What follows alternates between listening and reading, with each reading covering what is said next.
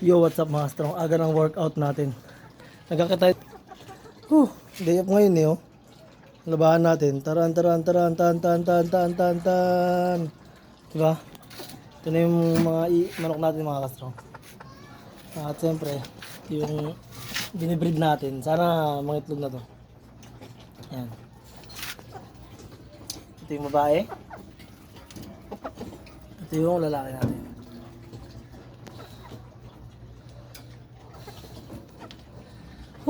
Pero ngayon, maglalabas.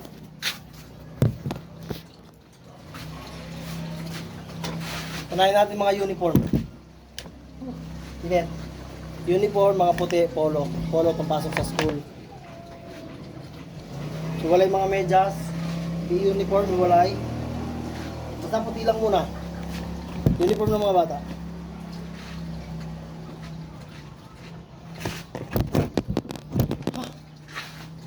Itong may kulay, iwalay. Kasama ng uniform, mga palda ng kids.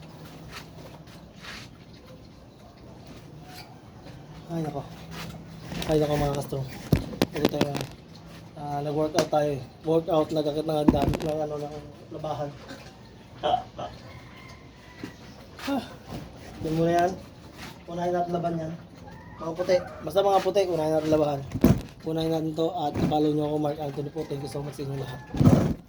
Mga kastrong, bumaba tayo kasi naglalaba tayo sa taas. Bumaba tayo, luto muna tayo ulam. Siyempre, ang pinakamasarap na ulam, ang palaya. Gigisa lang tayo, bawang sibuyas. Bawang.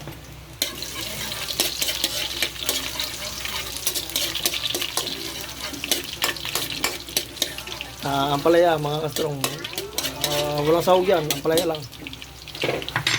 Tapos, pagka medyo luto na yung bawang, lagay mo yung sibuyas. Pati yung painahin natin yung bawang.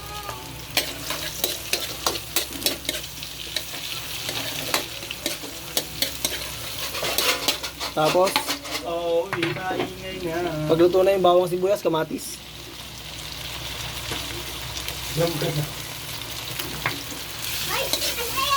Yan.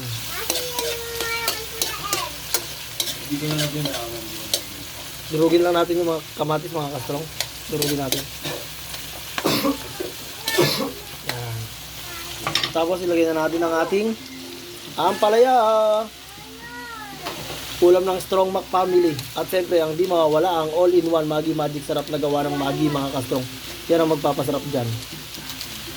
Di ba mga kastrong? At pag naluto na yan, lalagyan natin ng may wagang itlog, 4 pieces egg. Yan. Gisa lang muna natin yung mga kastrong para lumambot yung ating ampalaya. Kasi mas maganda kung konting lambot. Pero hindi yung lutong-luto. Mas okay to na may konting ano rin, hindi yung lutong-luto. Yan. Lutuin lang muna natin yung mga kastrong, balik tayo. Balikan natin yan mamaya. Yo mga kastrong. Yan na, luto na yung ano, yung ampalaya, oh. Diba? Oh. Yan mga kastrong. Ito ang technique mga kastrong para hindi po yan pumait. Dahil luto na yung ampalaya, ilalagay na natin yung egg. I-flat nyo lang po ng ganyan. Yan ha. Pag na-i-flat nyo na po ng ganyan yan, pag nilagay nyo po yung itlog, wag nyo na pong haluin. Hindi na po papait yan. Ito po yung itlog, oh.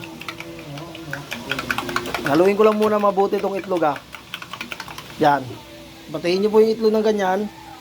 Tapos ilalagay po natin sa ampalaya. Wag na po natin hahaluin yan. Paikot, pakalat. Yan. At maniwala po kayo sa akin, wala pong pait yan. Makakain po ng bata yan. Yan. Okay. Takpan nyo lang po hanggang maluto yung itlog. So, mga kastrong, ayan, luto na po yan. Oh. Ayan na po, ayos na po. Luto na po yan. Pwede na pong ulamin yan. At siyempre, follow nyo Mark Anthony po.